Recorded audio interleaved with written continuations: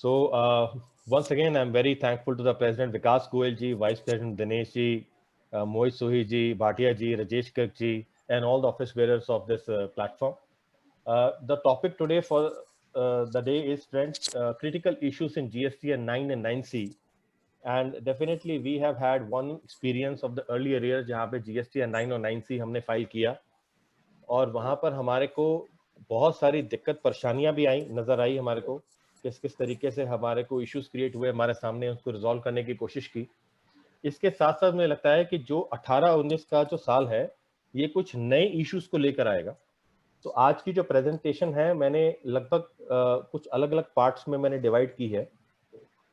We will try to discuss not only certain issues which are specific to 18-19 but we'll also try to resolve certain persisting issues जो हमारे पास 17-18 में भी हमारे irritants बने रहे और 18-19 में भी हमारे पास बहुत irritants बने रहेंगे और उसके ऊपर डिसीजन लेना हमारे लिए कई बार डिफिकल्ट हो जाता था। उन इश्यूज के ऊपर भी हम डिस्कस करेंगे। So moving forward, first of all let me talk about the experiences that we have had।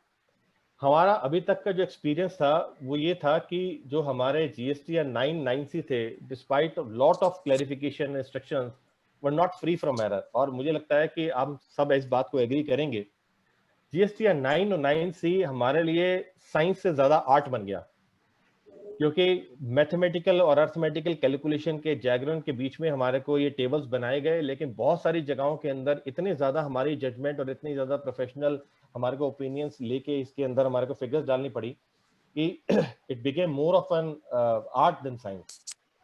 Accounting data was not up to the mark for the preparation of these forms. ये लोग हम जानते हैं, मैं पहले भी अपने सेमिनार्स में सेशंस में कहता रहा हूँ कि एनुअल रिटर्न जब हमारे को 17-18 के लिए दी गई तो ये एक तरीके से ऐसा हो गया कि जब हम एग्जाम देने के लिए आए तो हमारा सिलेबस चेंज कर दिया। तो शुरू में हमारे को कुछ आइडिया नहीं था कि एनुअल फॉर्म जो रिटर्न्स के फॉर्मेट्स किस तरीके आएंगे और accounting data was not up to the mark कि हम वो सारा डाटा एक्सट्रैक्ट करके फॉर्म्स में भर देते।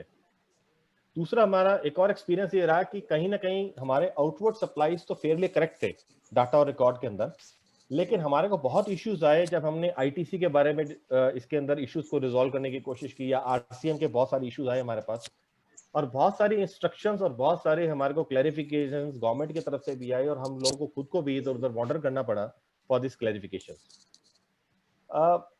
Another thing which basically I observed was that कि जब हमारी चीजें ये फाइनलाइज हो रही थी अपनी जीएसटी ऑडिट की तो बहुत सारे डिसएग्रीमेंट्स हो रहे थे हमारे क्लाइंट्स के साथ बिकॉज हम लोग एक इस कंफ्यूजन में भी थे कि हमारी रोल्स और रिस्पॉन्सिबिलिटीज क्या हैं। क्या हम सिर्फ एक रिकॉन्सिलिएशन स्टेटमेंट बना रहे हैं, क्या हम जीएसटी का ऑडिट करके एज एन ऑडिटर के रोल में हैं, क्या हमारे को एडिशनल लायबिलिटीज को डिटरमाइन करना है और अगर डिटरमाइन करना है तो क्या उस क्लाइंट्स उसको एक्सेप्ट कर रहे हैं। कई बार हमारे को ये डिसीजन लेना पड़ रहा था कि हम इसको एडिशनल लायबिलिटीज को शो करें, किस फॉर्मेट में करें, कैसे करें। तो ये एक बहुत बड़ा डिलेमा था जो हमारे को पिछले 17-18 के अंदर ये फेस करना पड़ा और मैं कोशिश करूंगा कि इस तरीके के डिलेमा को इस बार भी हम थोड़ा सा डिस्कशन करके एंड ऑफ द सेशन में हम उसको रिजॉल्व करें। Another thing which was very important was that department के ऑडिट स्टार्ट इमीडिएटली हो गए जैसे एनुअल रिटर्न फाइल हुए और बहुत सारी जगहों के ऊपर हमारे को नोटिस भी आने शुरू हो गए। हालांकि वो बहुत ज्यादा नहीं हो सका काम क्योंकि 31 जनवरी 2020 के अंदर हमारे पास ये लास्ट डेट्स आई थी हमारे को रिटर्न फाइल करने की 17-18 की और इमीडिएटली फरवरी के अंदर हमारे कोविड का सारा सिस्टम चल पड़ा था और हमारे को बहुत सारी चीजें लॉकडाउन और इस तरीके की चीजों के अंदर पड़े हम, तो वो सिस्टम पूरी तरह एक्टिवेट नहीं हो पाया। सबसे पहले टू मूव फॉरवर्ड एक ब्रशअप ले लेते हैं। Requirement to file annual return क्या है? Section 44(1), every registered person other than an input service distributor, a person paying tax under Section 51 or 52, a casual taxable person and a non-resident taxable person, shall furnish an annual return for every financial year electronically in such form manner as may prescribed। तो इसकी date extend करके 31/1/2020 कर दी गई। However, press release में कहा गया dated 14 मार्च 2020 को कि filing of 17-18 has been allowed for taxpayer for aggregate turnover less than 2 crores on an optional basis without any late fees। और ये आगे भी आप लेट फीस के बिना आप 17-18 के भी फाइल कर सकते हो। तो ये हमारे को बोला गया। Requirement to file GST and 9C में बहुत ज्यादा इस जैगरिन के अंदर नहीं जाऊंगा लेकिन इसका रेलेवेंस बाद में जरूर आएगा हमारे लिए बात करने के लिए। तो हम इसको थोड़ा सा इसको नजर जरूर मार लेते हैं कि सेक्शन 44(2) क्या कहता है। सेक्शन 44(2) कहता है कि every person is required to get his accounts audited in accordance with the provision of subsection 5 of section 35 shall furnish electronic the annual return subsection 1 along with a copy of audited accounts annual returns. और rule 83 के अंदर बोला गया कि हमारे कि registered person whose aggregate turnover during financial year exceeds 2 crore rupees shall gets his accounts audited. अब यहाँ पर अगर आप देखो कि बात वो कर रहे हैं कि सेक्शन 35(5) की, और वो कहते हैं कि ऑडिट करवाना होगा जीएसटी के लॉ के अंदर, और रूल्स ये कह रहा है कि जिसको ये ऑडिट एप्लीकेबल होगा वो रिकॉन्सिलिएशन स्टेटमेंट सबमिट करेगा। एक और खास चीज जो इसमें बात है जो नोट करने वाली है कि हमारे को प्रोवाइजो ये ऐड किया गया नीचे, जहां पे इन्होंने कहा कि that every person registered person whose aggregate turnover during financial year 18 exceeds 5 crore rupees, उसको भी अपने अकाउंट्स ऑडिट कराने पड़ेंगे एज सेक्शन 5 और 35 ने जैसे मैंडेट किया है, और उसको ये सारी डिटेल लगानी पड़ेंगी। अब आप देखें कि नॉर्मली अगर हम एक लॉ को इंटरप्रेट करते हैं तो एक प्रोवाइजो जो होती है एक जनरल प्रोविजन की एक्सेप्शन कार्व आउट करती है, लेकिन आप ऊपर देखोगे रूल 83 के अंदर वहां पर ये कह रहा है कि जो 2 करोड़ से ऊपर वाले लोग हैं उनको भी एनुअल ऑडिट करवाना पड़ेगा, जीएसटी ऑडिट करवाना पड़ेगा। फिर वो बात कर रहे हैं कि जो 5 करोड़ से ऊपर है उसको भी ऑडिट करवाना पड़ेगा। कहीं ना कहीं इसकी प्रोवाइजो की लैंग्वेज की ड्राफ्टिंग में दिक्कत है, क्योंकि ये कोई एक्सेप्शन क्रिएट नहीं कर रहा। तो कहीं ना कहीं अगर हम देखें तो 2 करोड़ से 5 करोड़ के लोग जो हैं वो ऊपर की क्लॉज में फिट हो रही हैं, और 5 करोड़ से ऊपर वाले जो हैं वो नीचे वाली क्लॉज में फिट हो रहे हैं। हालांकि हम इस बात को अंडरस्टैंड करते हैं कि जो प्रेस रिलीज की इंटेंशन थी, जो गवर्नमेंट की इंटेंशन थी, वो यही थी कि 5 करोड़ से नीचे वाले लोगों को हम 5 करोड़ तक के लोगों को हम रिलीफ देंगे। बट ये एक एग्जांपल है कि जब हम कोई भी लॉ के अंदर चेंज लेकर आ रहे हैं तो हम इसको लूजली ड्राफ्ट इतना करते हैं कि it basically opens up plethora of different interpretations. तो ये फर्स्ट एग्जांपल है इसका। अगर हम बात करें तो इसकी समरी फॉर्म क्या बनती है, रजिस्टर्ड पर्सन जो है 17-18 के लिए लास्ट डेट 31/1/2020 थी। अगर एनुअल एग्रीगेट टर्नओवर आपकी अप टू 2 करोड़ है तो आपके लिए एनुअल रिटर्न जो थी वो ऑप्शनल थी। और ऑप्शनल का मतलब ये था, उन्होंने बोला था कि अगर आप इसको फाइल नहीं करते हैं तो it will be deemed to have been filed on the basis of data which is being shown on the portal. तो इसका मतलब ये हुआ कि एनुअल रिटर्न सभी की फाइल होनी है। जो खुद फाइल कर रहे 2 करोड़ से ऊपर वाले लोग वो खुद फाइल कर लें, अगर वो नहीं करेंगे तो जो डिपार्टमेंट के पास डाटा आ रहा है उसको हम deemed to have been filed मानेंगे। और दूसरे जो लोग हैं अबव 2 करोड़ उनको तो अपना ऑडिट भी एनुअल अकाउंट्स देने थे साथ में, और रिकॉन्सिलिएशन स्टेटमेंट बनाना था, वो सारी डिटेल्स थी। और इसमें अब रिलैक्सेशन ये दिया इन्होंने कि भाई 31/1/2020 के बाद भी आप बिना लेट फीस के, अगर आपकी 2 करोड़ से नीचे है एग्रीगेट टर्नओवर, तो आप फिर भी अपनी एनुअल रिटर्न आप फाइल कर सकते हैं, और जो ऊपर इसके ऊपर है उनके लिए लेट फीस लगेगी। अब हम बात करें 18-19 की। 18-19 की जैसे इंट्रोडक्शन में भी बताया कि 30/9/2020 की हमारी लास्ट डेट इन्होंने निर्धारित कर दी है। अभी हमारे पास क्या है कि अप टू 2 करोड़ तक के जो है लोग हैं उनके लिए एनुअल रिटर्न अभी भी ऑप्शनल है, it will be deemed to have been filed. 2 crore से 5 करोड़ वालों के लिए एनुअल रिटर्न मैंडेटरी है, सिर्फ जीएसटी या 9C और उसके अंदर जो रिकॉन्सिलिएशन स्टेटमेंट है उसको उन्होंने ऑप्शनल बना दिया। लेकिन जो 5 करोड़ से अबव हैं लोग, उनके लिए एनुअल रिटर्न भी है और ऑडिटेड एनुअल अकाउंट्स के साथ रिकॉन्सिलिएशन स्टेटमेंट भी है। तो मुझे लगता है कि यहां तक तो बड़ा इजी सारा कुछ नॉर्मल चीजें हैं, सभी लोगों को पता ही है इन सारी चीजों का, तो इसमें कोई ज्यादा दिक्कत परेशानी नहीं है। मैं आपको थोड़ा सा इस कंसर्न पे भी लेके जाऊंगा कि एक जनरल हमारे पास एक कंसर्न रहता है कि यार अपनी ऑडिट की यार लिमिट बढ़ गई, 5 करोड़ हो गई, तो क्या होगा यार, मतलब अपने तो अपॉर्चुनिटी लेस हो गई, अपने पास तो काम नहीं आएगा, ये तो नुकसान हो गया, सब कुछ हो गया। मुझे लगता है कि ऐसा नहीं है। देखिए, जो एनुअल रिटर्न है वो एक बड़ा टिपिकल सा डॉक्यूमेंट है, और इस डॉक्यूमेंट के बेसिस पे डिपार्टमेंट के पास क्या प्लान है, क्या एक्शन है, और इस तरीके से हम इसके ऊपर काम करेंगे, इसका क्या व्यू है डिपार्टमेंट का, वो भी हमारे को समझना बहुत जरूरी है। दूसरी बात मैं आपको ये बताऊंगा, जो एनुअल रिटर्न है इसके अंदर इतनी गलतियां हो रही हैं उन प्रोफेशनल से जो इन हाउस इनको करवा रहे हैं, प्रोफेशनल इन द सेंस जो अकाउंटेंट्स हैं या फिर जो बिजनेस हाउसेस हैं जो इन हाउस इसको खुद ही फाइल कर रहे हैं, कि जब वो हमारे पास 9C के लिए लेके आते हैं तो हमारे को एक तरीके से एनुअल रिटर्न को रिकास्ट करना पड़ता है। फ्रैंकली स्पीकिंग दोस्तों, हम लोग ये जब अपने ऑडिट करते होते थे उसमें रेक्टिफिकेशन का एक प्रोसेस देखते होते थे कि क्या हुआ है, क्या होना चाहिए और अब क्या करें, ये तीनों की चीजों के अंदर ही हम रेक्टिफिकेशन करते होते थे।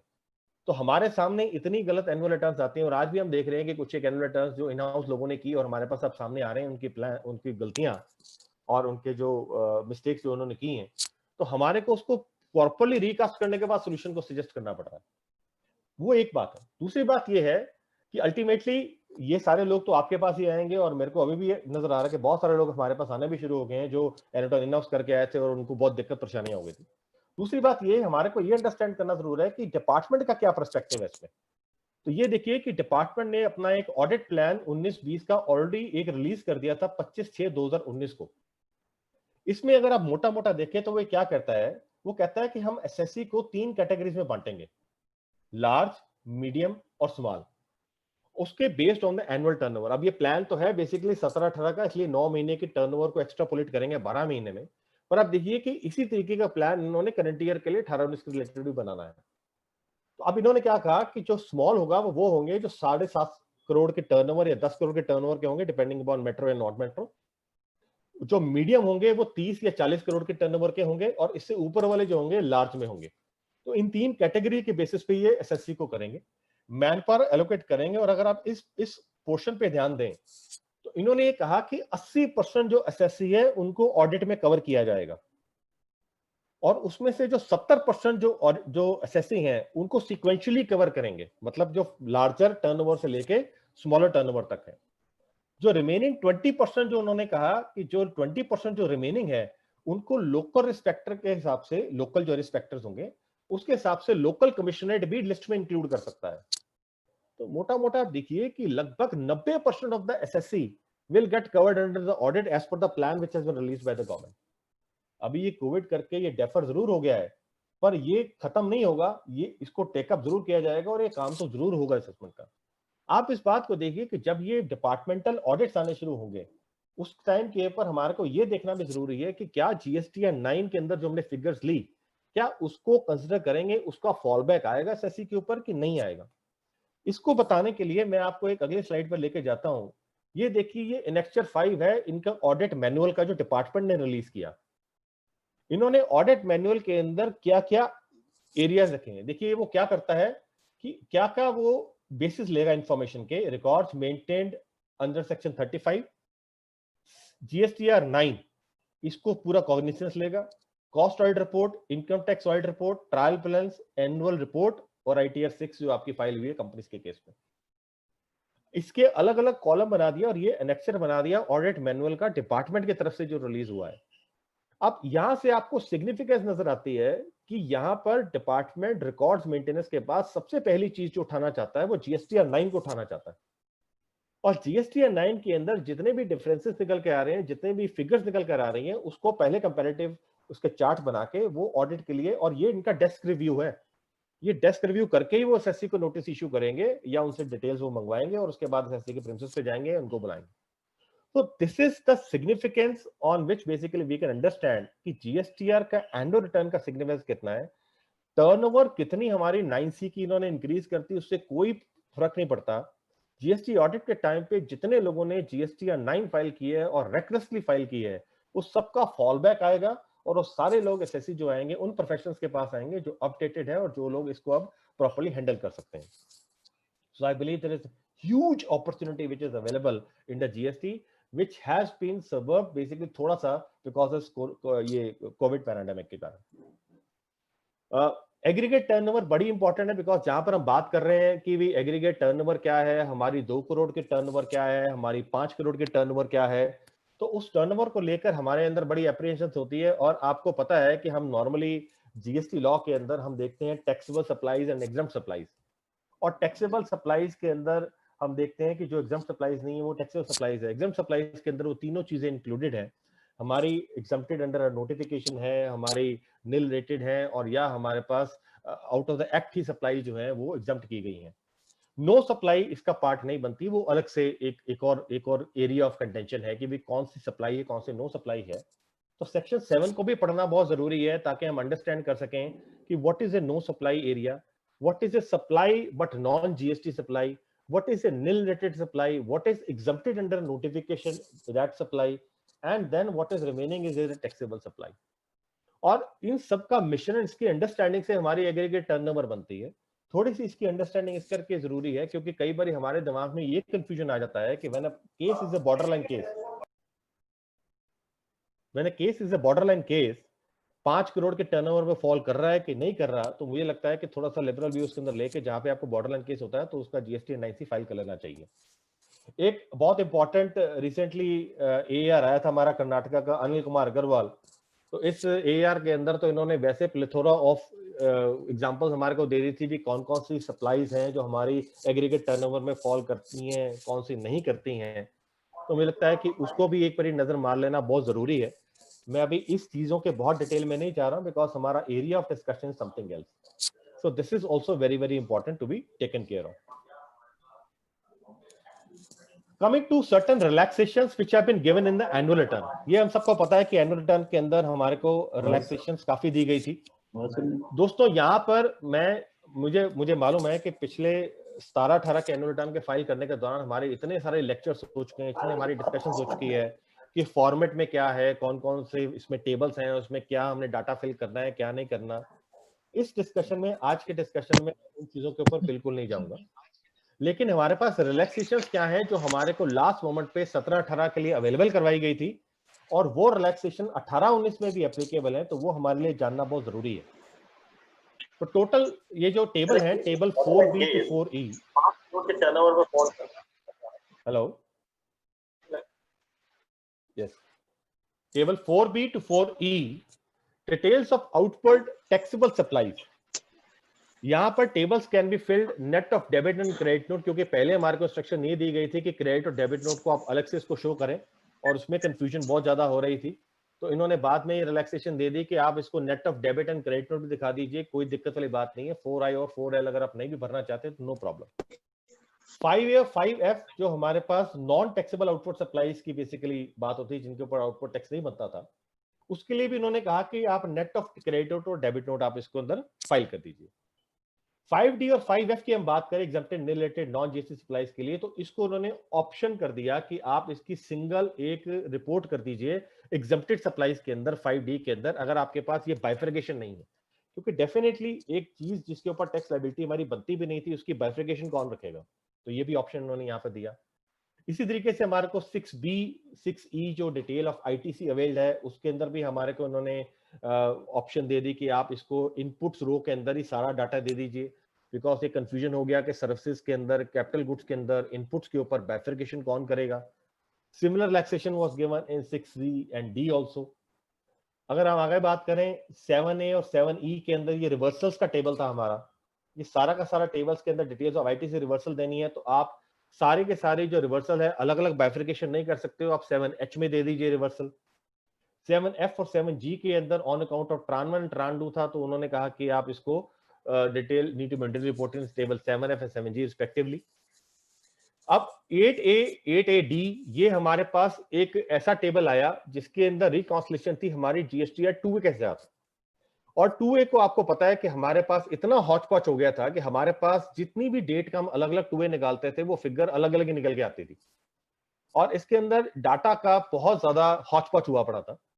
तो उसके कारण इन्होंने 8A के अंदर बहुत सारा रिलैक्सेशन दी। मैं सिर्फ इसको बताऊंगा कि अल्टीमेटली इन्होंने क्या कहा, कि इन्होंने कहा कि आप option to upload details in PDF format in GST 9C। इन्होंने कहा जी हमें पता है कि आप इसका डाटा कंपाइल अप नहीं कर पाएंगे, तो हम आपको ऑप्शन दे रहे हैं कि you please upload this in PDF format along with GST and 9C and that will be a sufficient compliance।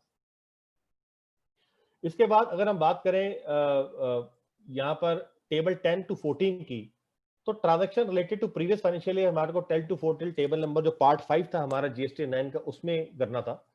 खास बात इसके अंदर यह है कि इन्होंने टेबल नंबर 12 और 13 जो था, जो आईटीसी की रिवर्सल्स के अंदर और एडजस्टमेंट का रिलेटेड टेबल था, इसको भी इन्होंने ऑप्शनल बना दिया। तो ये ऑप्शनल हो गया, तो इसका मतलब ये हुआ कि हमारा टेबल नंबर 10 और 11 जो था, वो ट्रांजैक्शन हमारे को रिपोर्ट करनी थी सक्सीडिंग पे जो में एडजस्टमेंट हुई हमारे को, और 12 और 13 हमारे लिए ऑप्शन हो गया। इसके बाद के जितने भी हमारे इंफॉर्मेशनल टेबल थे 15, 16, 17, 18, ये सारे के सारे हमारे ऑप्शनल हो गए।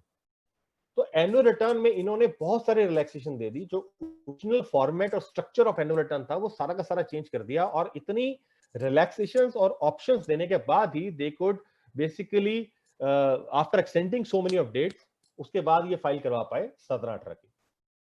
अगर हम आगे बात करें 9C की, तो थोड़ी बहुत ही सिर्फ इसमें ऑप्शनल चीजें दी गई थी।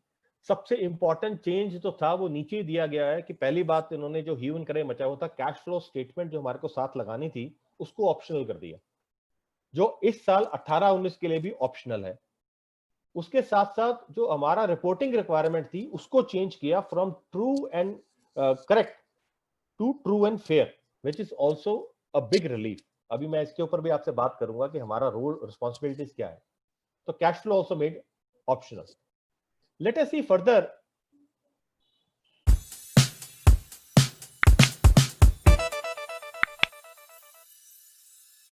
कि अगर हम एनुअल रिटर्न फाइल ही नहीं करते हैं तो उसका रिपरकशन क्या है। एक ये भी हमारे को अंडरस्टैंड करना बहुत जरूरी है, क्योंकि कई बार ये सवाल आते हैं कि यार हम एनुअल रिटर्न ही नहीं फाइल करेंगे। हालांकि एनुअल रिटर्न फाइल करना मैंडेटरी हो गया, फॉर एग्जांपल अबव 2 करोड़ है और किसी ने एनुअल रिटर्न फाइल ही नहीं किया, पीछे हमने देखा था जो ऑडिट प्लान था उसके अंदर उन्होंने कहा था कि ये नॉर्मली इनिशियलाइज तब होगा जब लोग एनुअल रिटर्न अपनी फाइल कर देंगे। लेकिन अगर कोई एनुअल रिटर्न फाइल ही नहीं कर रहा तो वो अपना काम तो बंद नहीं करेंगे, लेकिन उन्होंने शुरू कर देना है। तो इन दैट केस अगर somebody was required to file annual return and it does not file annual return, then under section 74, which is basically extended period limitation के लिए इन्वोक करता है डिमांड और रिकवरी में, उसके अंदर it will tantamount to suppression. Now how it is suppression, because expression 2 जो है वो क्या कहता है कि for the purposes of this act, the expression suppression shall mean non-declaration of facts or information which a taxable person is required to declare in the return, statement, report, or any other document furnished under this act or rules made thereunder, or failure to furnish any information on being asked for in writing by the proper officer. तो ये एक suppression मानी जाएगी अगर आपने annual return को file नहीं किया। तो सीरियस रिपरकशंस है। 74 अपने आप में इज वेरी वेरी हार्श इसके अंदर प्रोविजन लेकर आए हैं, और डेफिनेटली विलफुल मिस स्टेटमेंट और सारी सप्रेशन केस में प्रोविजन लग जाएंगे। Now coming on to the major and important aspect कि हमारे को अप्रोच क्या लेनी है अब 18-19 का काम करने के लिए। जीएसटीआर की एनुअल रिटर्न फाइल करनी है और 9C की ऑडिट भी हमने फाइल करनी है। तो हमारे को अप्रोच ये लेनी है सबसे पहले कि हमारे को जीएसटीआर 3B से ही स्टार्ट करना पड़ेगा। इससे पहले अप्रोच लेने से पहले एक प्रॉब्लम आपको मैं स्पेसिफिकली बताऊंगा, which is specific to this 18-19, which was not there in 17-18। देखिए दोस्तों, आप जब एक अपनी कार में बैठते हैं और आप ड्राइव करने के लिए अपने घर से निकलते हैं, आपके पास एक छोटा सा डिस्टेंस होता है अपने घर से बाहर निकलने के लिए। एंड मोस्टली आप देखोगे कि जब आप इनिशियल आप सड़क पे निकलने लगते हो अपने घर से, तो आप अपने रियर व्यू मिरर पे नहीं देखते, आप सिर्फ अपने विंड स्क्रीन पे देखते हो। हमारी ये सिचुएशन थी 17-18 के लिए, बिकॉज वो एक स्टार्ट ऑफ जर्नी थी, स्टार्ट ऑफ रोड थी। वहां से हमने अपनी गाड़ी चलानी शुरू करनी थी। हमने सिर्फ विंड स्क्रीन पे देखा, हमने अपने रियर व्यू मिरर पे देखा, because rear view was a dead blank wall. अब 18-19 के अंदर we have come on to the middle of the road. Now there is a traffic which is flowing from our behind also, from our back, and there is lot of traffic in front of us also. 18-19 वो साल होगा जिसमें आपकी कुछ transactions का effect 17-18 का भी आ रहा होगा, और ऐसी कुछ ट्रांजैक्शन होंगी जिसमें 18-19 की ट्रांजैक्शन जो होंगी वो 19-20 के अंदर भी जा रही होंगी। तो यहां पर हमारे लिए एक डबल डिलेमा हो जाएगा कि हम इसकी रिप्रेजेंटेशन और प्रेजेंटेशन किस तरीके से करें। बिकॉज अगर आप ध्यान से देखो तो जो टेबल हमारे को दिए गए हैं अप टू टेबल नंबर 9, वहां तक तो हमारे को करंट ईयर के लिए सारा डाटा देना है। 10, 11, 12, 13 में हम सोचते थे सारी एडजस्टमेंट्स करेंगे, लेकिन 10 और 11 के अंदर हमारे पास कोई बाइफर्केशन नहीं है कि इस एडजस्टमेंट के अंदर कितना portion is related to 17-18 and कितना portion is related to 18-19। And because we do not have that bifurcation, we have certain additional things to be done for this 18-19। और दूसरी बात, जो हम अप्रोच लेकर चल रहे थे 17-18 के लिए, वो अप्रोच भी शायद 18-19 में काम नहीं आएगी। तो उसमें हम क्या देख रहे हैं, ये आगे देखिए। अप्रोच हमारे को ये लेना पड़ेगा कि we have to start with GSTR 3B, और 3B के अंदर जितना भी हमारा डाटा आ रहा है, और डेफिनेटली पिछली बारी भी हमारे लिए 3B जो था वो दैट वाज पिवटल, उसकी बेसिस पर हम बात कर रहे थे। जीएसटीआर 1 का कोई रेलेवेंस ही नहीं रह गया था। हम उसको कंपेयर करेंगे with the books of account, और हम कलेक्ट करेंगे सारी अनरिकंसाइल्ड एंट्रीज। हम जीएसटीआर 3B को बुक से कंपेयर करके अनरिकंसाइल्ड एंट्रीज निकालेंगे, उस अनरिकंसाइल्ड एंट्रीज को आपको बाइफ्रिकेट करना पड़ेगा pertaining to 1718 and pertaining to 1920, because in दोनों का ट्रीटमेंट हमारे को अलग से करना पड़ेगा अपनी एनुअल रिटर्न के अंदर। अब आप देख लीजिए कि इस सेशन का, इस सेमिनार का सिग्निफिकेंस इस टाइम पर कितना ज्यादा है कि कितना एडिशनल वर्कलोड आपके पास ये आएगा जब हम इसकी एक समरीज बनाएंगे और उस 3B के डाटा को सिमुलेट करके बुक से रिकंसाइल करके हम 17-18 को अलग करेंगे और 19-20 को अलग करेंगे अपने डाटा में से। Only entries relating to 1920 to be taken to table number 10 and 12। इसका मतलब ये हो गया कि हम आगे वाले जो साल की जो डाटा है सिर्फ उसी को लेकर जा सकते हैं 10-11 में। हमारे लिए एक सोच का, ये विचार का ये क्वेश्चन बन गया कि 17-18 की जो एंट्रीज हमने 3B के अंदर जो हमने इतना सारा घचोल कर दिया, उसमें खिचड़ी पका दी, क्योंकि 31 जनवरी 2020 तक तो हमारे पास पुरानी एनुअल रिटर्न गई है, तो हमने कितनी सारी एडजस्टमेंट की होंगी आप समझ ही सकते हैं। 3B के अंदर भी कितनी डेट एक्सटेंड हुई।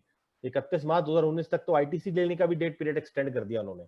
तो उस सारी जो एडजस्टमेंटें थी, जो इतनी सारी खिचड़ी पकी हुई है, उसका क्या होगा? तो हम इसके लिए कुछ प्रैक्टिकल केस स्टडीज के ऊपर भी डिस्कशन करेंगे, जहां से आपको थोड़ा सा आइडिया होगा कि हम इसकी रिप्रेजेंटेशन और प्रेजेंटेशन किस तरीके से हम करेंगे इन दिस पीरियड।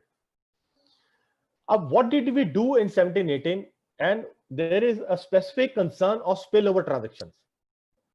17-18 के अंदर हमने क्या किया? 17-18 के अंदर हमने एक्सटेंसिवली अपना टेबल नंबर 10, 11, 12, 13 को यूज किया।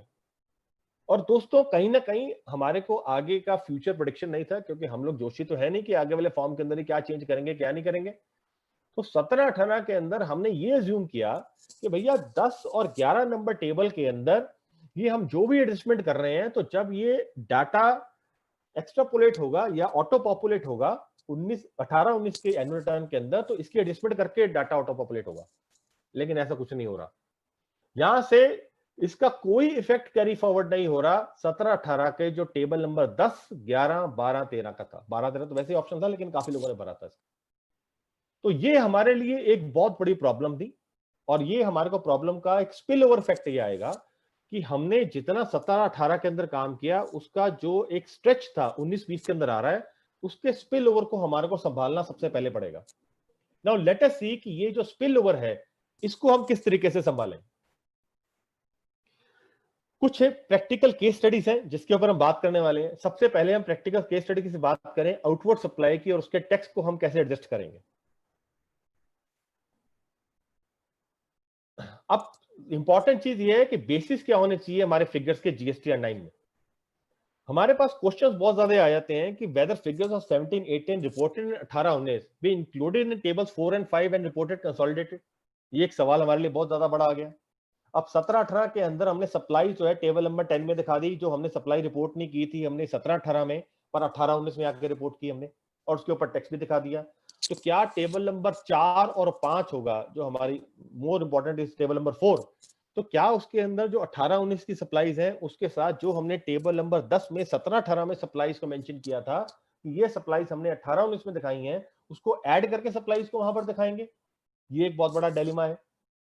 Whether again the basis of reporting should be GSTR 3B only। पिछली बारी तो हमने ब्लाइंडली क्या किया, GSTR 3B के अंदर जो फिगर्स आ रही थी उठा के सारी के सारी पेस्ट कर दी टेबल 4 में। उसमें से जो फिगर्स हमारी 18-19 में जो स्पिल ओवर हो रही थी वो हमने 10-11 में ले गया। हमने ब्लाइंडली इसको किया, हमने उसको कोई और देखा नहीं। क्या हम इस बारी भी ये अप्रोच ले सकते हैं कि जो 3B में आ रहा है वो सारा के सारा टेबल 4 में डाल दें, टेकिंग इनटू अकाउंट कि जो 3B में आ रहा है वो 3B ऐसा है जिसके अंदर 17-18 की सप्लाई भी है, उसमें 18-19 का टैक्स भी हो सकता है जो हमने पहले पे कर दिया और सप्लाई बाद में गई, तो उसको कैसे मैनेज करेंगे? इंपॉर्टेंट चीज जो हमारे लिए देखने के लिए है वो ये है कि टेबल नंबर जो 4 है उसका जो हेड है वो क्या पढ़ता है इसके अंदर। वो कहता है detail of advances, inward and outward supplies made during the financial year on which taxes payable. इसका मतलब तो ये हुआ कि जो 18-19 के रिलेटेड जो आउटवर्ड सप्लाईज हैं हमने वही टेबल नंबर 4 में दिखानी है, उसके ऊपर जो टैक्स पेबल है सिर्फ वही हम यहां पर दिखाएंगे। 17-18 में हमारे लिए इस पॉइंट की कंफ्यूजन नहीं थी, बिकॉज हमारा स्टार्टिंग पॉइंट वाज 0। लेकिन 18-19 में we have a confusion because now we have a precedence of 17-18 also, where वो will those supplies go which we had shown in 18-19। So no now 10-11 की अगर हम बात करें तो वहां पर भी बात करता है 10-11 में particulars of the transaction for the financial year 18-19 declared in the returns between April 19 to September 19। अब यहाँ पे 10-11 के एडजस्टमेंट करने के लिए क्या बोल रहा है, ये कह रहा है कि जो 18-19 की ट्रांजेक्शन जिसको आपने आगे जाके किसी साल में एडजस्ट किया, आप सिर्फ वो ट्रांजेक्शंस को टेबल नंबर 10 और 11 में दिखाएंगे। यानी कि यहां पर भी वो उन ट्रांजेक्शन की बात नहीं कर रहा जो 17-18 में हम दिखा चुके हैं और उसका स्पिल ओवर यहां पर आ रहा है।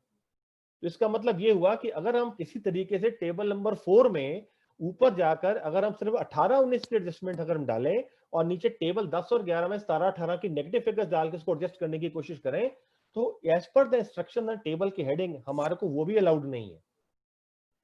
अगर हमारे को ये भी अलाउड नहीं है तो हमारे लिए डिलेमा है कि हम इसमें करेंगे क्या। Now let us see and come to the example with this background. तो ये हमारा टेबल नंबर 4 है। आप देखिए इसके अंदर है inward output supplies made during the financial year on taxes payable, और ये पार्ट 5 का हमारा टेबल नंबर 10 है, उसकी हेडिंग है particular transaction financial 18-19 declared in the returns between April 19 to September 19। Now let us see first case study. अब इसमें जरा ध्यान दीजिएगा, यहाँ पे आपको थोड़ा से दिमाग पे जोर डाल के साथ साथ मेरे चलना पड़ेगा। टैक्सेबल वैल्यू हमने 17-18 के अंदर ये क्या किया, हम पहले इसको देख रहे हैं। हमने क्या किया, ये सप्लाई क्या है कि हमने 17-18 के अंदर जो सप्लाई थी वो शो की, लेकिन टैक्स इसका पे किया 18-19 में, हमने इसका टैक्स पे नहीं किया 17-18 के अंदर। अब ये वो सिचुएशन है। 17-18 में हमने क्या किया, taxable value as per table 4 हमने दिखाया 10,000 रुपया। जो टैक्स पेबल हमारा निकल के आया 17-18 में वो 18% के हिसाब से 1800 रुपए निकल कर आया, लेकिन जो हमने टैक्स पे किया 17-18 के अंदर वो सिर्फ 1600 रुपए पे किया, और हमने टेबल नंबर 10 के अंदर 200 रुपए दिखा दिया कि ये हमने 18-19 के अंदर बाकी का 200 रुपए पे कर दिया। राइट, तो ये हमने एडजस्टमेंट की 17-18 के अंदर। अब हमारे 18-19 के फैक्ट्स क्या है, 18-19 के फैक्ट्स क्या है कि हमारे टैक्सेबल वैल्यू जो थी B2B की वो हमारी 20,000 रुपए की थी। इस पे हमारा टैक्स पेबल जो 18-19 का बनता है वो 3600 रुपए का बनता है, लेकिन GSTR 3B के अंदर जो हमने टैक्स पे किया वो 3800 रुपए का टैक्स पे किया। राइट, अब इसका मतलब ये हुआ कि जो 200 रुपए पुराना था वो हमने GSTR 3B ऑफ 18-19 के अंदर पे कर दिया, और 18-19 के अंदर हमने 3800 रुपए पे कर दिया। अब इस स्पिल ओवर को हम कैसे संभालेंगे, late us see the suggested solution. इसके 2-3 तरीके हो सकते हैं करने के, पर जो मेरे हिसाब से जो सजेशन है मैं आप सजेस्टेड सॉल्यूशन दे रहा हूं to save the time also. Now what is the suggested solution. अब हमारे को टेबल नंबर 4 की वो बात करता है, वो कहता है कि आपको taxable supplies made during the financial year सिर्फ वही दिखानी। तो हम टेबल 4B के अंदर सिर्फ टैक्सेबल सप्लाईज ऑफ 18-19 दिखाएंगे 20,000 पे, इसका टैक्स पेबल बनेगा 3600 रुपया, और हमारे को टेबल 9 के अंदर भी टैक्स पेबल आएगा 3600 रुपया। जब टैक्स पेड आएगा टेबल 9 के अंदर, ये ऑटो पॉपुलेट करेगा फ्रॉम GSTR 3B और वो दिखाएगा 3800 रुपया, क्योंकि इसके अंदर 200 रुपए का टैक्स पिछले साल का भी दिखा रहा होगा, और यहां पर आपका 200 रुपए का डिफरेंस आ जाएगा। इस 200 रुपए के डिफरेंस को एडजस्ट करने की कोशिश मत करिए, इस डिफरेंस के साथ ही एनुअल रिटर्न को फाइल करिए, because there is a limitation of the form कि they are not allowing us to adjust this spillover transaction, so let it go with this difference। तो ये 200 रुपए का डिफरेंस हम यहीं कहीं रहने देंगे। हमारे को 9C में क्या करना है, GST ऑडिट रिपोर्ट में क्या करना है, हम वो भी देख लेते हैं। जब हम टेबल 7F में जाएंगे तो वहां पे सप्लाईज को 18-19 की दिखाएगा 20,000 रुपया, tax payable as per table 9P वो इसके ऊपर 3600 रुपया फिर से उठाएगा। जो tax paid as per 9Q, ये लिखा जरूर 9Q में टैक्स पेड है, लेकिन ये GST या 9 का टैक्स पेबल ही उठाता है यहाँ पर, तो वो भी 3600 रुपए दिखाएगा, और यहाँ पे अनरिकॉन्सिलाइज्ड डिफरेंस जो है वो आपका नील आ जाएगा। लेकिन जब आप इसके साथ PDF आपको फाइल अटैच करने की ऑप्शन है 8 के लिए, तो आप उसके साथ PDF फाइल अटैच कर दीजिए, या ऑडिटर्स के कमेंट आपको ऑप्शन है 9C में बहुत जगह पर आपको ऐड करने के लिए, आप उस कमेंट में लिख दीजिए कि 200 रुपए का जो डिफरेंस है it is relating to the supply of 17-18 which we had validly shown in table number 10 of last year of 17-18। ये आपको करना पड़ेगा। चलिए आगे देखते हैं। Now we have another case in which we have excess tax paid in 17-18 and tax we adjusted in 18-19। अब इसकी रिवर्स सिचुएशन भी हम देख लेते हैं।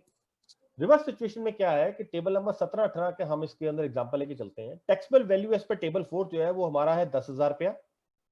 हमारा टैक्स पेबल बनता था 1800 रुपया, लेकिन 17-18 के अंदर ही हमने 2,000 रुपए का टैक्स पे कर दिया और 200 रुपया फालतू टैक्स पे कर दिया, और हमने टेबल नंबर 11 के अंदर एक नेगेटिव फिगर दिखा दी कि 200 रुपए की फिगर जो है वो हम आगे नेगेटिव फिगर नहीं, फिगर दिखा दी हमने कि 18-19 में हम एडजस्ट कर रहे हैं।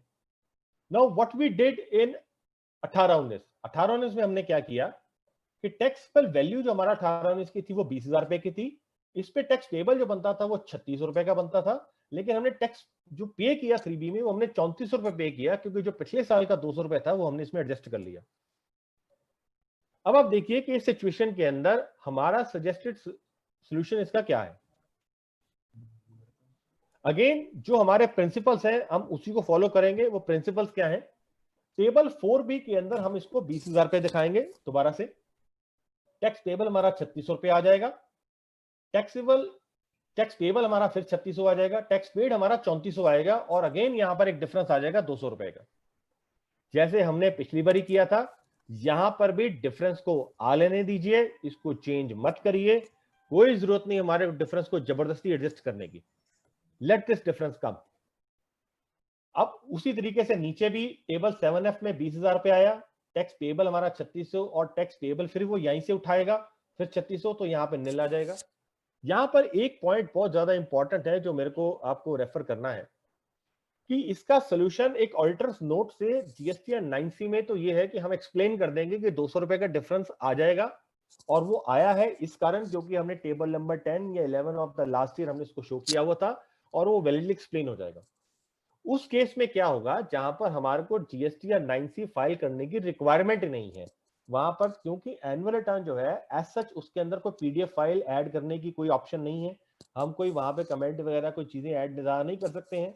मेरी सजेशन ये है कि अपने वर्किंग नोट्स प्रॉपर्ली आप बना के रख लीजिए, बिकॉज जब डिफरेंसेस आएंगे तो आपको नोटिस जरूर आएगा डिफरेंस को एक्सप्लेन करने के लिए, अब आए या लेट आए, you explain them the difference and it should be dealt in such way only. इसको एडजस्टमेंट करने की हम कोशिश ना करें। So let us move on to another case. Now look at this case in which output supply of 17-18 shortly reported and corrected in 19-20. अब इस case में क्या हुआ, हमने 17-18 की सप्लाई थी, 18-19 में भी हम सोते रहे, हमने कुछ नहीं किया, हमने 19-20 में जाके इसके जो टैक्स की वो एडजस्टमेंट कर दी। अब इस केस में क्या होने वाला है हम उसको देखें।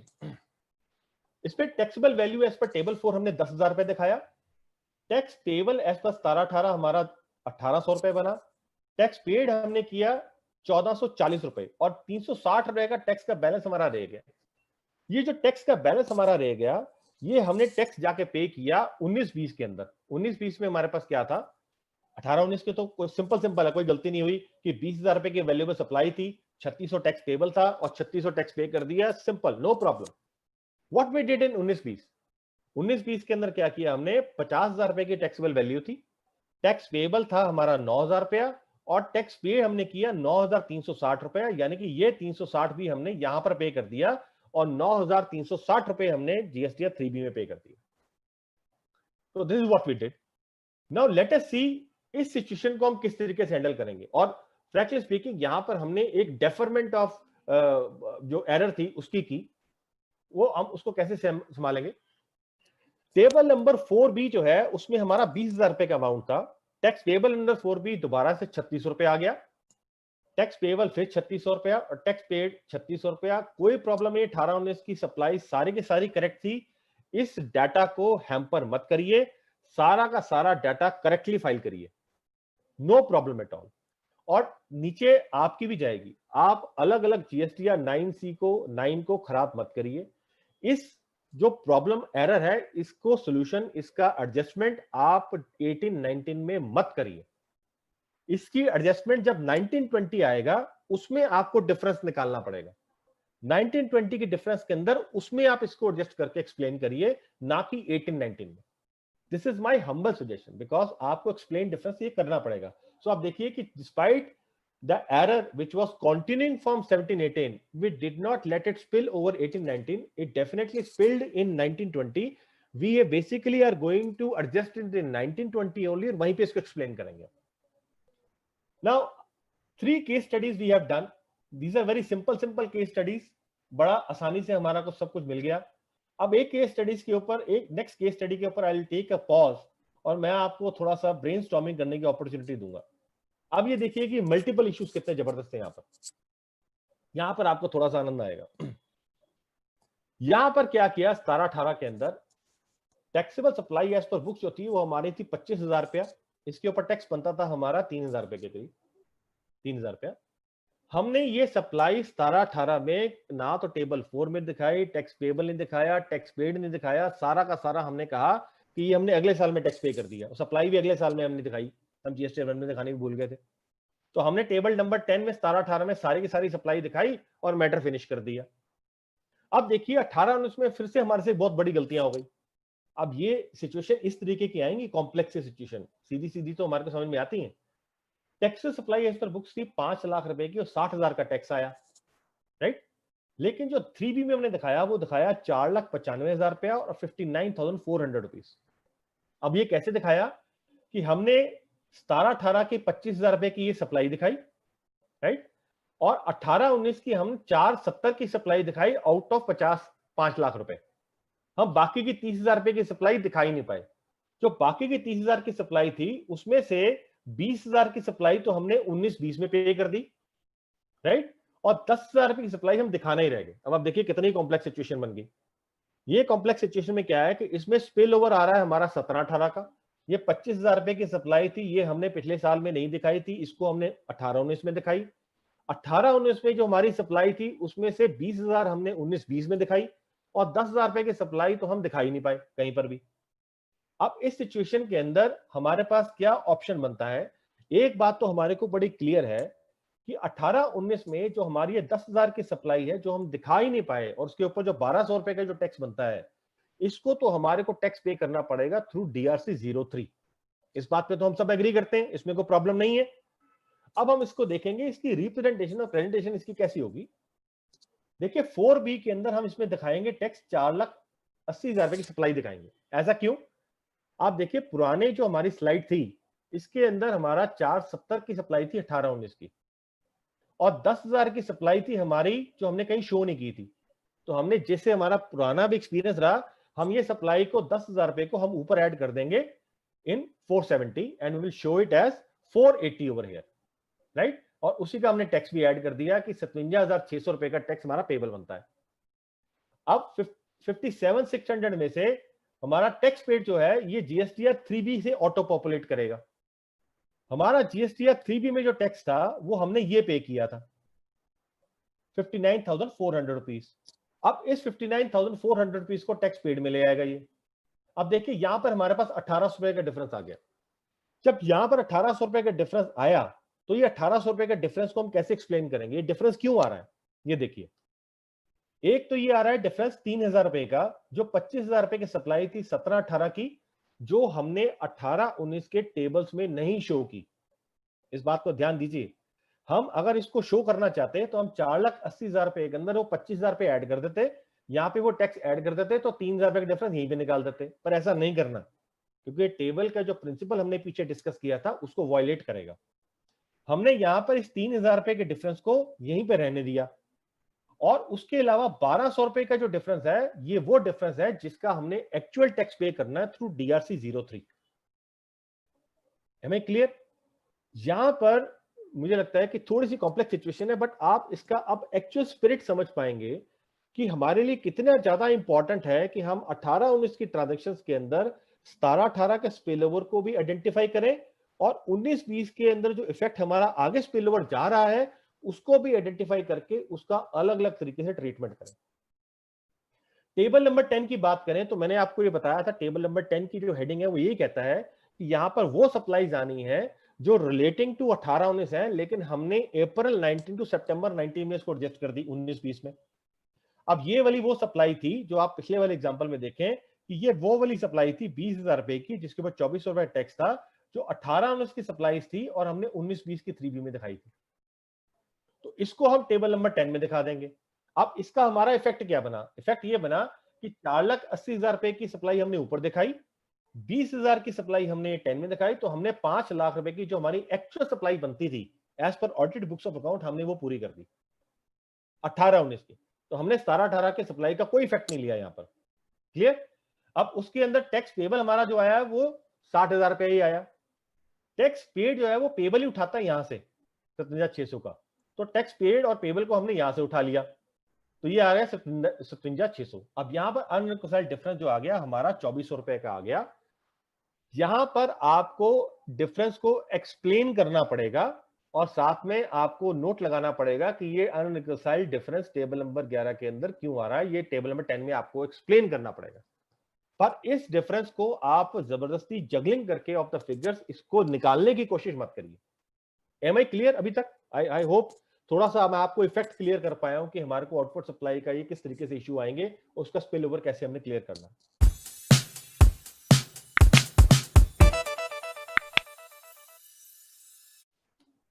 Late us move on to input tax credit also, because input tax credit एक डिफरेंट फुटिंग पे है। अभी तक हमने जितनी भी डिस्कशन की वो हमने आउटपुट सप्लाई के लिए की। आउटपुट सप्लाई के लिए हमारे एक डिफरेंट फुटिंग पे है। आउटपुट सप्लाई हमारा द मूवमेंट ऑफ गुड्स के साथ है, the invoice is to be issued the moment goods are moved, या हमारे पास वो टाइम पीरियड होता है टाइम ऑफ सप्लाई के अंदर, हमारे को उसी के अंदर उसकी आउटपुट लायबिलिटी जो है वो क्रिस्टलाइज हो जाती है। इनपुट टैक्स क्रेडिट के अंदर हमारी जब अवेलमेंट होती है, हम उसकी अवेलमेंट जीएसटीआर 3B के अंदर लेते हैं। तो अगर आप टेबल नंबर 6 को देखें तो वहां पर भी कहता है कि input tax credit availed through from GSTR 3B, तो वहां पर वो ऑटो पॉपुलेट भी 3B से वही करेगा जो जीएसटीआर 3B में आपने आईटीसी लिया है, और आपने साथ में कॉरेस्पॉन्डिंगली बुक्स में जो आईटीसी लिया आपने वो शो करना है। तो यहां पर जो अप्रोच हमने आउटपुट सप्लाई के लिए ली थी, वहां से थोड़ी अप्रोच डिफरेंट हो जाएगी हमारी इनपुट टैक्स क्रेडिट की। सो लेट अस सी कि हमारी यहां पर अप्रोच क्या होने वाली है। हमारे कुछ ही कंडीशंस वो यहां पर है कि no new ITC can be claimed, tables are mere reconciliation table. ये तो हमारे को पता ही है, ये हमारे को इंस्ट्रक्शंस और फॉर्म में भी दी गई थी कि एनुअल रिटर्न के अंदर एडिशनल लायबिलिटी तो आप डिस्क्लोज कर सकते हो, लेकिन नया आईटीसी नहीं ले सकते आप। तो क्योंकि हम नया आईटीसी नहीं ले सकते हैं, तो हमारे को जो जीएसटीआर 3B है हमने उसकी रिकॉन्सिलिएशन ही करनी है। टेबल नंबर 6 में जीएसटीआर 3B से रिकॉन्सिलिएशन है, टेबल नंबर 8 में हमारे जीएसटीआर 2A के साथ रिकॉन्सिलिएशन है। ये मियर रिकॉन्सिलिएशन है।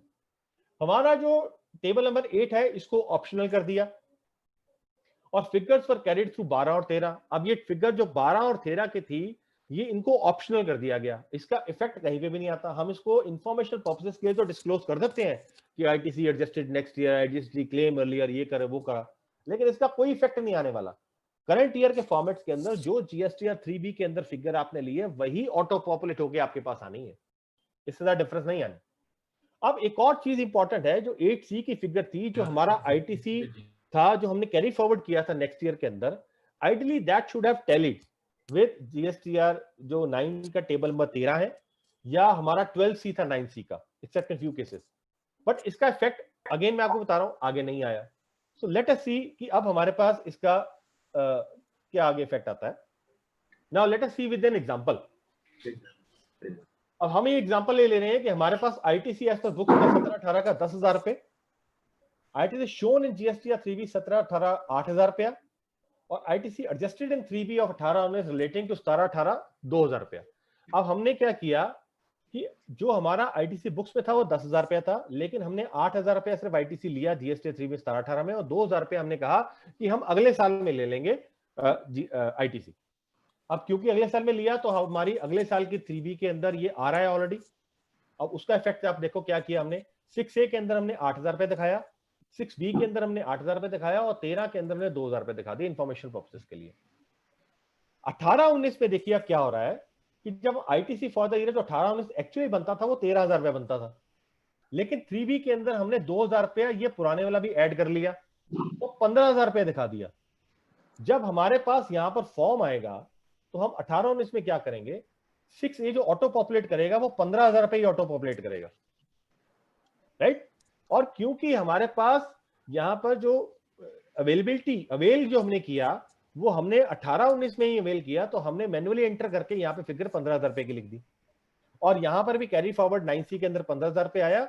और जब हम 9C में जाते हैं तो वहां पर वो कहता है ITC availed as per audited books of account, वहां पर हमने 13,000 रुपए लिख दिया, क्योंकि बुक्स में 18-19 का 13,000 रुपया था। और जो 12B था ITC booked in earlier financial year जो बुक्स में था, and claimed in current financial year, उसमें 2,000 रुपए लिखना है। तो टोटल हमारा 15,000 रुपया हो गया, ये रिकंसाइल हो गया। आई होप आपको यहां पर आईटीसी की एडजस्टमेंट समझ आ गई होगी कि जो एडजस्टमेंट आ रही है वो आपके 9 के ऊपर इफेक्ट नहीं करेगी, क्योंकि 9 के अंदर जो जीएसटी या 3B में आपने फिगर ली है वही ऑटो पॉपुलेट करेगा, और वही आपको लीगली इनपुट टैक्स रेट लेना भी चाहिए था, वही आ रहा है इसमें। जब हमारे पास 9C आता है तो वहां से वो ऑडिटेड बुक्स ऑफ अकाउंट को एनुअल रिटर्न के साथ कंपेयर करने के लिए बोलता है। वहां पर आप इसकी बाइफर्केशन कर सकते हो कि ये 2000 रुपए की फिगर थी जो बुक्ड इन अर्लियर ईयर था and claimed in current financial year, तो 2000 रुपए ऐड कर लिया आपने, तो यहां से आपका रिकंसिलिएशन हो जाएगा। आई होप आईटीसी की भी आपको चीज थोड़ी सी क्लियर हो गई होगी। Now let us discuss about advance receipt is 17-18 but bill raised in 18-19। अब इसमें हमने क्या किया कि हमने एडवांस के ऊपर टैक्स पे कर दिया था 17-18 के अंदर ही, लेकिन इसका हमने बिल जो रेस किया वो 18-19 में जाके बिल रेस किया। अब ये भी एक सिचुएशन आ सकती है स्पिल ओवर ट्रांजेक्शंस के लिए। अब इस ट्रांजेक्शन को हम कैसे मैनेज करेंगे? अब 5000 रुपए का एडवांस था 17-18 के अंदर, टैक्स पेबल 17-18 के अंदर 900 रुपया, और टैक्स पे कर दिया हमने 900 रुपया, ये हमारा एडवांस पे हो गया, टैक्स पे हो गया। 18-19 के अंदर अगर हम जाएं तो हमने क्या किया कि टैक्सेबल वैल्यू जो 18-19 की थी वो 25,000 रुपए की थी, टैक्स पेबल फॉर 18-19 जो था वो 4500 रुपया था, लेकिन हमने टैक्स पे जो किया वो 3600 रुपया किया, हमने 900 रुपया रिड्यूस कर लिया, राइट। अब हमारे पास जो इनवॉइस है वो जीएसटीआर 1 नेक्स्ट ईयर के अंदर रिपोर्ट हो रही है। अब क्योंकि वो नेक्स्ट ईयर के अंदर रिपोर्ट हो रही है, वो supplies made during the financial year है, तो आपको सप्लाई तो पूरी की पूरी वो इंक्लूड करनी पड़ेगी। अब यहां पर जो इस डिलेमा को हम कैसे सॉल्व करेंगे, लेट अस सी दैट।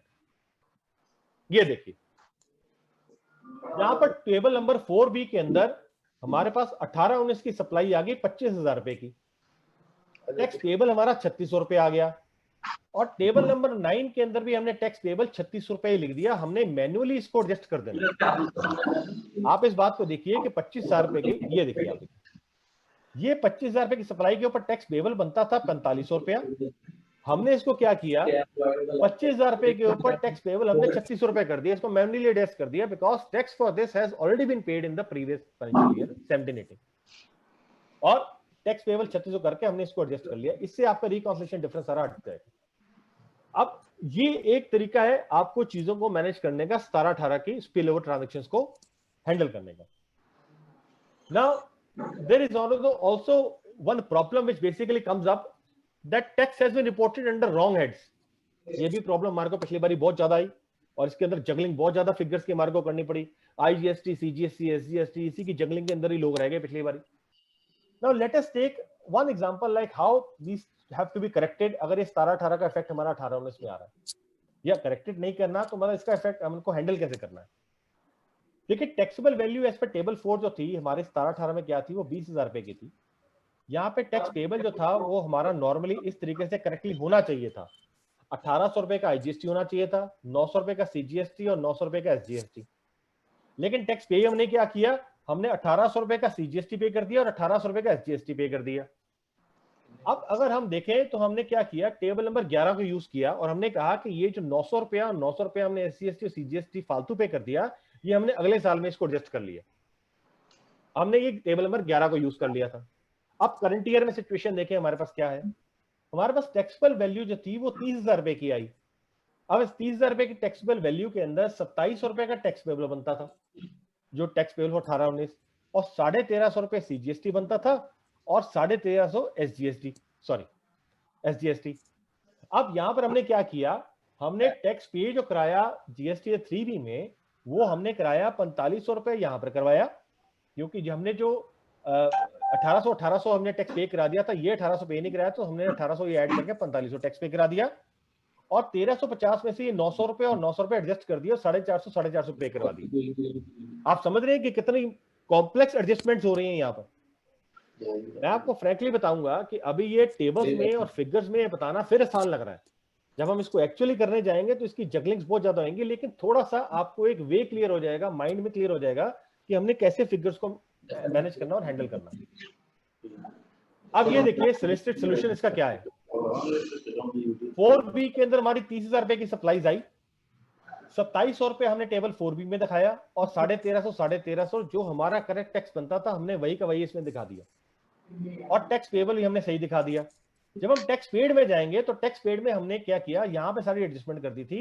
4500 रुपए टैक्स पे किया आईजीएसटी का फालतू, 450 रुपए सीजीएसटी और 450 रुपए एसजीएसटी, और इसका यहाँ पर डिफरेंस आ जाएगा 1800 का, 900 का, 900 का।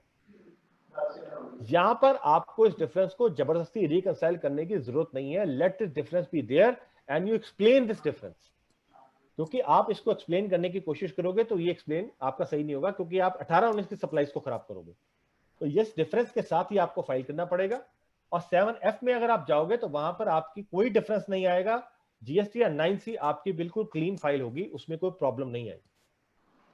सो दिस इज ऑल अबाउट जो एग्जांपल्स मैंने दी। थोड़ा सा मैं आपसे बात करना चाहूंगा रिगार्डिंग दिस आरसीएम लाइबिलिटीज।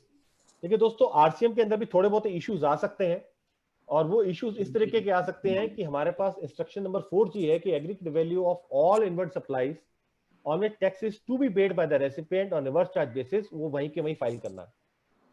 लेकिन इसके साथ साथ हमारे पास एक इंस्ट्रक्शंस भी आई थी, press release on 3 July 2019।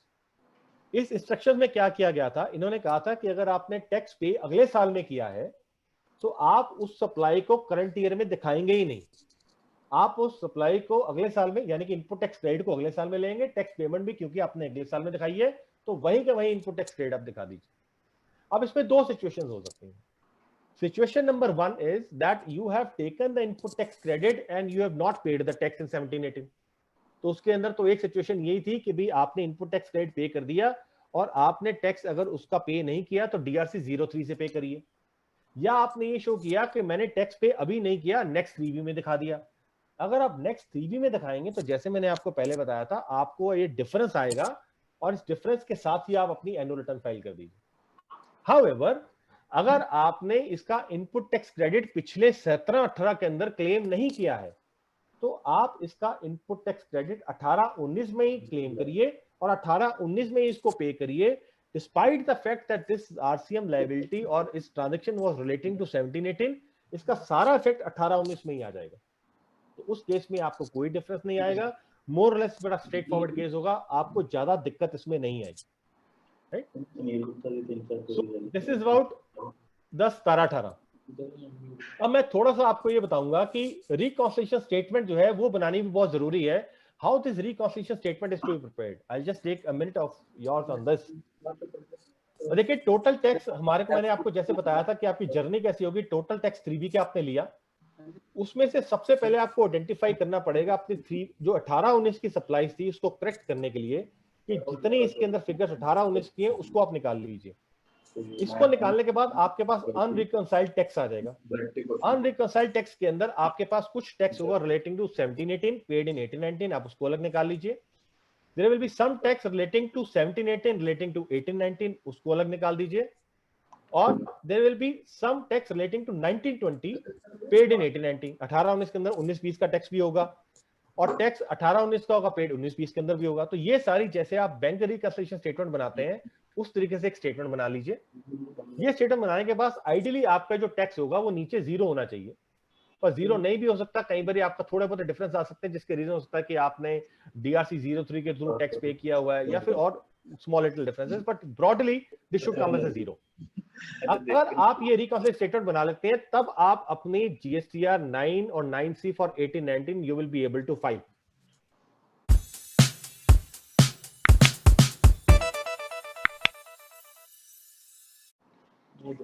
Coming down to GST audit, sir मैं सिर्फ लास्ट के मेरे पास आधा घंटा बचा है, मैं कुछ एक बड़े इंपॉर्टेंट इश्यूज के ऊपर अब आने वाला हूँ GST ऑडिट के ऊपर, विच आई बिलीव दैट आपके लिए as an auditor is going to be very very important. I am going to pick up and deal with certain very critical issues.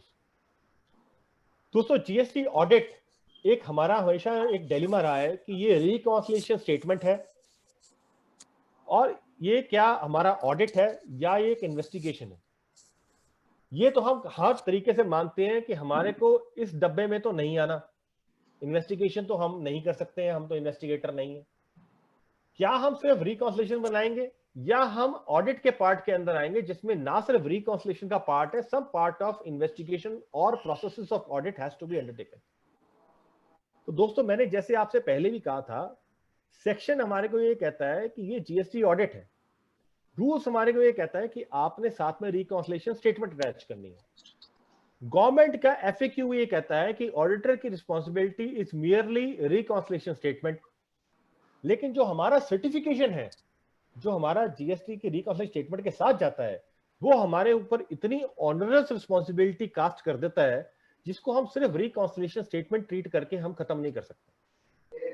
तो I believe that the whole process of GST audit is that we have authority of the reconciliation statement and responsibility of an audit.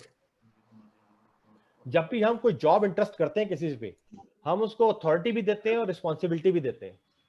तो हमारे को जब ये job interest हुआ GST audit का, तो हमारे को अथॉरिटी तो सिर्फ रिकॉन्सिलिएशन स्टेटमेंट की दी गई है, लेकिन हमारे ऊपर जो रिस्पॉन्सिबिलिटी कास्ट अपॉन की गई है वो ऑडिट की गई है, which basically means that we cannot just stop at arithmetical compilation of the data in GST and 9C. We have to step beyond that. But we cannot step beyond so many things that हमारा periphery जो है वो audit से हटके investigation पे चले जाए, क्योंकि इसके अंदर बहुत सारे ऐसे पेरिफेरी आएंगे जहां पर हम एक डिमार्केशन लाइन की लगाना भूल जाएंगे कि ऑडिट कहां पे खत्म होता है, इन्वेस्टिगेशन कहां शुरू हो जाती है. जैसे फॉर एग्जांपल मैं आपको बाद में बात करूंगा ईवे बिल्स के ऊपर, तो वो भी एक इंपॉर्टेंट चीज है. तो this is something very important we have to keep in our mind. जो न्यू थिंग्स है 18-19 के अंदर जो हमारे को चेक करनी पड़ेंगे, जो हमारे को 17-18 के अंदर डील नहीं करनी पड़ी जब हम ऑडिट करने जाएंगे, तो वो कौन कौन सी चीजें हैं, आप उसके ऊपर ध्यान दीजिए. देखिए, इस साल 1 अक्टूबर 2018 से हमारे को टीडीएस और टीसीएस की प्रोविजंस लागू की गई, which basically means कि हमारे को बुक्स ऑफ अकाउंट को चेक करते हुए हमारे को टीडीएस और टीसीएस का बहुत ख्याल रखना पड़ेगा कि क्या उसकी प्रॉपर अकाउंटिंग हो रही है, क्योंकि टीडीएस और TCS is just addition to your cash ledger. It might happen that your figures appearing in the cash ledger as per books of account is different from the figures appearing in the portal in the cash ledger. So we have a responsibility that we should be tackling that also.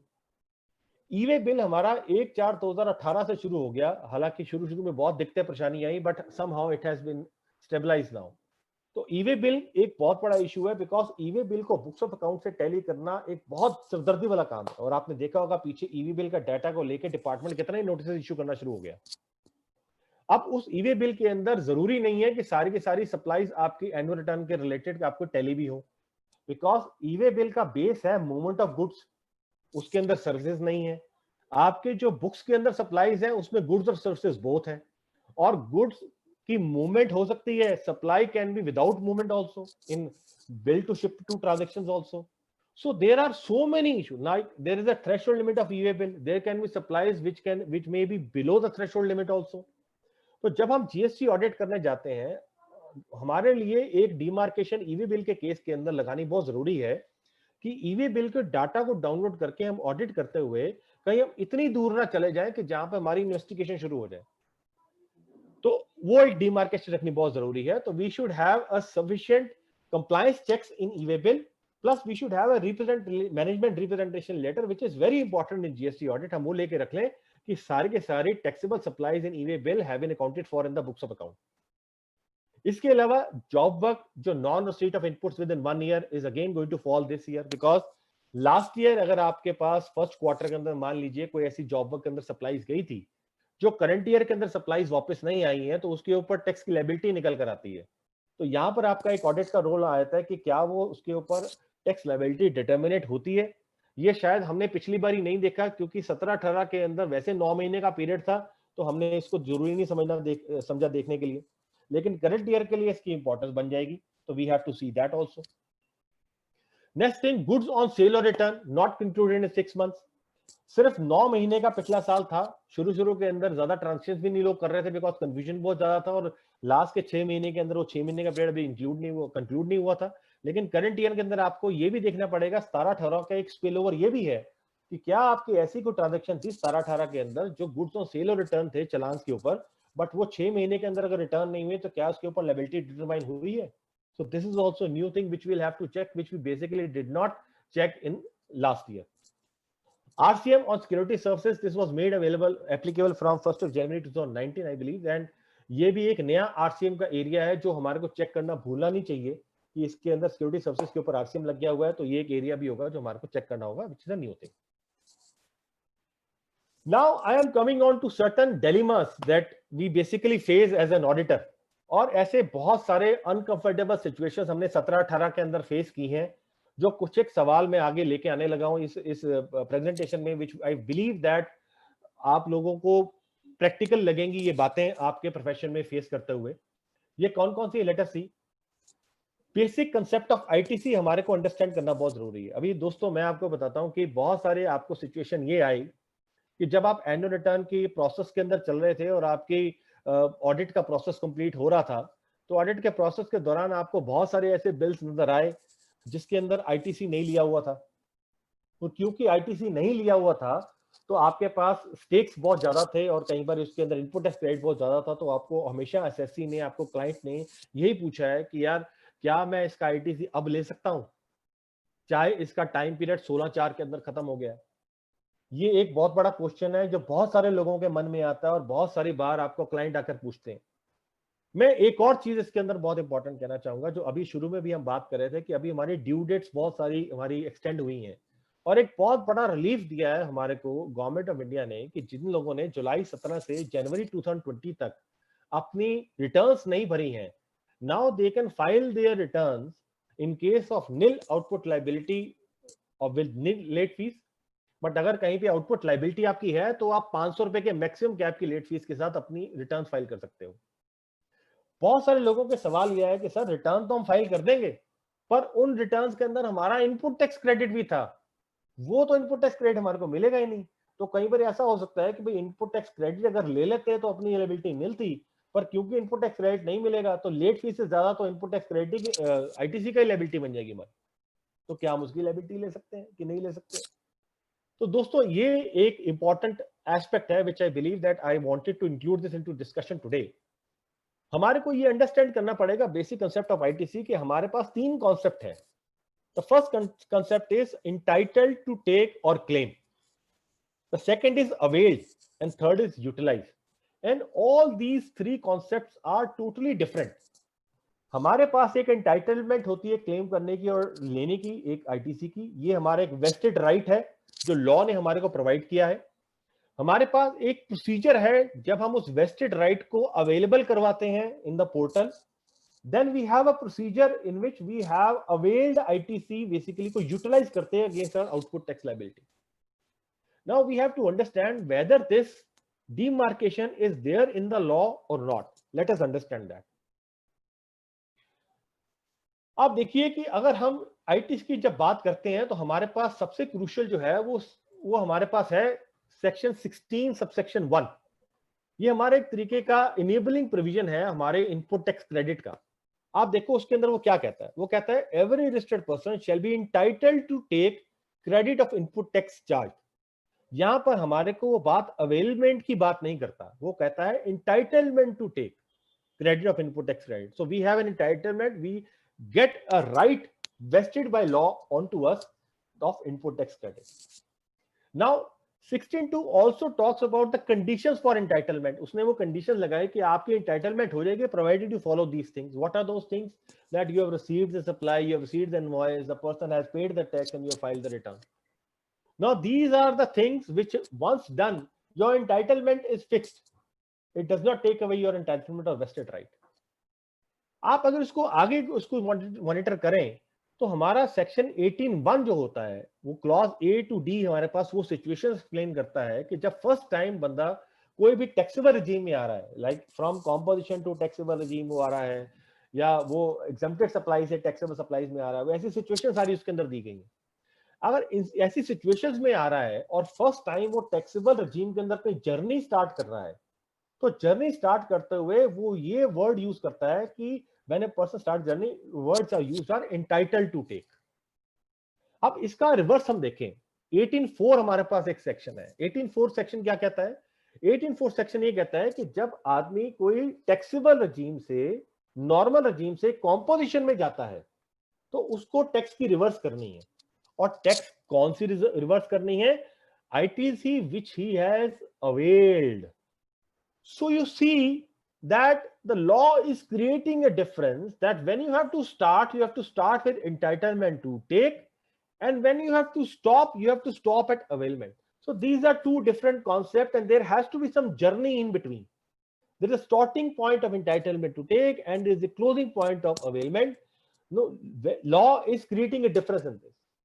There are certain more instances where this option or this gets more strength, this concept gets more strength. अगर आप rate notifications देखो, जितने भी rate notifications हैं जो conditional है, जहां पर कंसेशनल रेट दिया गया है with a condition that ITC will not be allowed, तो वहां पर मोस्ट ऑफ द केसेस के अंदर लिखा हुआ है provided the ITC has not been taken. तो यहां पर इनिशियल प्रोसेस ही आपका जो है उसी को वो बंद कर रहा है, initially it has not been taken. जो टेबल नंबर 6, 8, 12, 13 मैं आपको एक और रेफरेंस दे रहा हूं जो हमारे एनुअल रिटर्न के हैं, जहां पे वो आपको डिटेल्स देता है आईटीसी मैच करने के लिए। वहां पे वो कहता है जीएसटी जो आईटीसी है अवेल्ड थ्रू जीएसटीआर 3B। मैंने आपको पीछे टेबल नंबर 6 भी था, वो उसका रेफरेंस भी आपको दिया था। अब जितने भी फॉर्म है टेबल नंबर 6, टेबल नंबर 8 और 12, 13 को अगर आप पढ़ के देखें तो उसके अंदर वो कहता है कि total amount of input tax credit यहां पे देखो availed through from GSTR 3B। अब इससे हम थोड़ा सा कंक्लूजन क्या लेके आते हैं? कंक्लूजन ये लेकर आते हैं कि there is a mechanism which is provided under section 16(1) where there is a right casting upon the person to take the input tax credit, and there is an event where this process has to be adopted to make it available for utilization. Avail का मतलब available for utilization, and this process has to be through showing it in form GSTR 3B. तो ये एक बहुत important concept है to distinguish इस बीच में। Section 73 और 74 इसके बारे में बाद में बात करता हूं, पहले आप देखिए कि रूल 56(4) जो है वो भी हमारे को कहता है कि आपको कौन सा रिकॉर्ड मेंटेन करना है फॉर डिफरेंट पर्पसेस। और आप इसमें देखिए कि जो सब क्लॉज 4 ऑफ रूल 56 सब रूल 4 वो कहता है कि रिकॉर्ड मेंटेन करना है to record for input tax credit claimed. तो आपके पास जो रिकॉर्ड होता है वो इनपुट टैक्स क्रेडिट क्लेम का होता है। जो डिपार्टमेंट के पास जो इंफॉर्मेशन जाती है वो इनपुट टैक्स क्रेडिट अवेल्ड की जाती है, और जब हम उसको यूटिलाइज कर लेते हैं, एडजस्ट कर लेते हैं, तो वो इनपुट टैक्स क्रेडिट यूटिलाइज हो जाता है। मैं इस पे थोड़ा सा टाइम ये लगा रहा हूं बिकॉज ये कॉन्सेप्ट की अंडरस्टैंडिंग बहुत ज्यादा जरूरी है। आप देखिए कि 73 और 74 हमारे डिमांड और रिकवरी के प्रोविजंस हैं, और बड़ी वेल डिफाइंड ये रिकवरी प्रोविजंस हैं, और हम इस बात को जानते हैं कि सारा का सारा सेगमेंट क्रेडिट से हमारे को पुरानी अर्ली रेजिम से ही आ रहा है। और इस रजीम से ये 73 और 74 हमारे पास आ रहा है, उसमें आप देखिए ये किस तरीके से बात कर रहा है। 73 और 74 के अंदर यहाँ पे क्या लिखता है, where it appears to the proper officer that any tax has not been paid or short paid or erroneously refunded, or where the ITC has been wrongly availed or utilized. They are not creating any demand or recovery on ITC claimed. They are not creating any demand or recovery on ITC taken.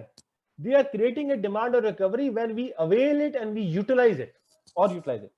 दोस्तों ये rule 14 जो था हमारा segment credit का, ये पुराने regime में था, और ये ऐसा चीज नहीं है कि ये गवर्नमेंट को इसकी डिस्टिंक्शन पता नहीं थी।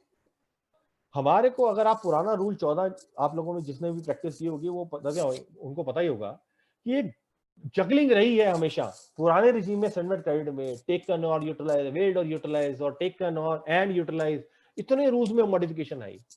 तो government is very much clear and aware, in the earlier regime also they were aware कि these three are different concepts in the GST law. Currently जो इस लॉ के डेफिनेशन हमारे पास है, जो हमारे पास इनेक्टमेंट है, वहां पे भी ये तीनों इवेंट्स को डिफरेंटली कैटेगराइज कर रहा है। तो इसलिए मैं आपको ये लीगल बैकिंग आपको बता रहा हूं कि हमारे पास ये बहुत ब्यूटीफुल न्यूमरस केसेस हैं। अगर आप पुराने रिजीम की बात करें, सर्विस टैक्स एक्साइज रिजीम में हमारे पास न्यूमरस केसेस हैं जहां पर ये बड़ा क्लियरली डिफाइन करता है कि taken is something else, availed is something else, and utilise is something else. Out of those numerous cases I am just referring to these two cases. एक केस है बिल फोर्ज प्राइवेट लिमिटेड का, Karnataka High Court का, and Broadcom India Research Limited Bangalore tribunal का, which basically says that in relation to a settlement credit, but very relevant to the current situation also. It says that it is also to be noticed that in the aforesaid rule, the word avail is not used. The words used are taken or utilized wrongly. Further, the said provisions makes it clear that the interest shall be recovered in terms of section 11A, 11B of the Act. यहाँ से मैं सिर्फ आपको signify करना चाहता हूँ कि judicial pronouncement से भी जो वेल सेटल्ड लॉ था पुराने रिजीम के अंदर, वो क्लियरली डीमार्केट करता था between taken, utilise and availment, and the same thing has to be there in the current law also. This was very much in the knowledge of the parliament, intention of legislature was there. उसके कारण ही इन्होंने ये demarcation यहाँ पर भी किया है. So this is very important, which basically now I come to the conclusion. मेरे हिसाब से जब आपको इसको कंक्लूड करना है तो आप कंक्लूड इस तरीके से करिए कि आप जब भी अपने क्लाइंट को एडवाइस करिए, we should always see the materiality and the risk appetite of the client. If it is the ITC is material and the client has got some risk appetite to take on the challenge, then you have this legal backing and legal option which is available to you, that even if there is some ITC which has been validly taken in the books of account but could not be shown in the returns before the date mentioned under 16(4), because 16(4) के अंदर भी जो limitation वो लगाता है वो entitlement to take की लगाता है. अगर आपने बुक्स में उसको क्लेम कर लिया है बुक्स ऑफ अकाउंट के अंदर, then that limitation does not stand good. वो लिमिटेशन को आपको प्रॉब्लम नहीं है, then you can still take the ITC. तो ये एक इंपॉर्टेंट फैक्टर है which I believe as a professional हमारे को इतने इश्यूज सामने आते हैं और इसकी कहीं ना कहीं कंसेप्ट की क्लैरिटी हमारे को जरूर होनी चाहिए थी. तो I thought that we should be basically including this thing also. Coming on to next critical issue also. Now, another issue which basically comes to us is that additional liability हमारी GST और GSTR 9C के अंदर आती है और हमारे को हमेशा एक डिलेमा हो जाता है कि क्या हम इस एडिशनल लायबिलिटी को DRC 03 के थ्रू ही पे करें.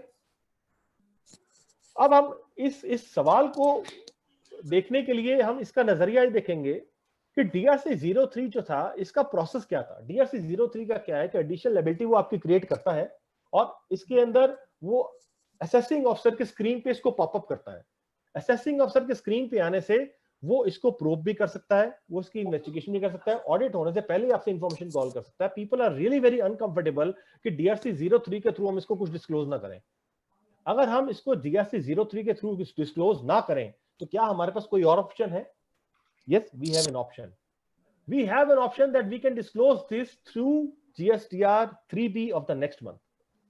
अब इस बात में भी कंफ्यूजन हमारे को बहुत रहती है, बट मैं आपके साथ बड़ी ब्लैंडली आपसे डिस्कशन नहीं करना चाह रहा हूं कि ये जरूरी नहीं है कि हम GSTR 3B को ना इग्नोर करते हुए हम DRC 03 से एडिशनल लायबिलिटी हम कैश पे करवाएं. हम नेक्स्ट जो मंथ की GSTR 3B है उसमें भी एडजस्ट करा सकते हैं और 9C फाइल करने से हम उसमें नोट दे सकते हैं कि it has been adjusted in the ensuing GSTR 3B और it has been adjusted already. Now where is the legal backing? If you see section 37, 38 and 39, read with rule number 59, 60 and 61 जो इसके related है, ये हमारी outward supply, inward supply और हमारी GSTR 3B की returns के बारे में बात करता है.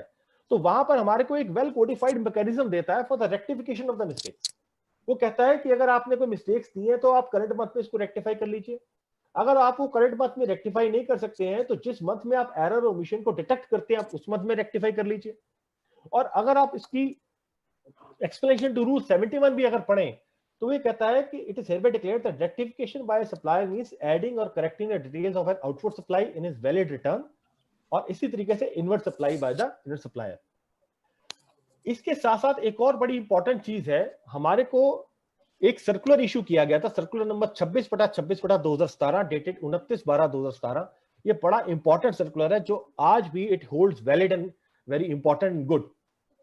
इसने पूरा एक कंप्लीट प्रोसीजर दिया आपको रेक्टिफिकेशन ऑफ मिस्टेक्स का थ्रू 3B. और इस सर्कुलर के अंदर गवर्नमेंट ने एडमिट किया कि हमारा जो प्रोसेस है GSTR 3B का वो इतना ज्यादा क्रूड है कि इसके अंदर बहुत स्कोप है रेक्टिफिकेशन का, और हम इसके अंदर रेक्टिफिकेशन किए बिना हम लोगों को दिक्कतें परेशानी बहुत ज्यादा आ रही है.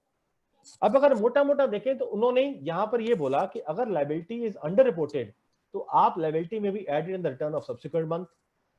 If it was over-reported, then it may be adjusted in the next month, or it is wrongly reported, the unreported liability may be added in the next month return with interest if applicable.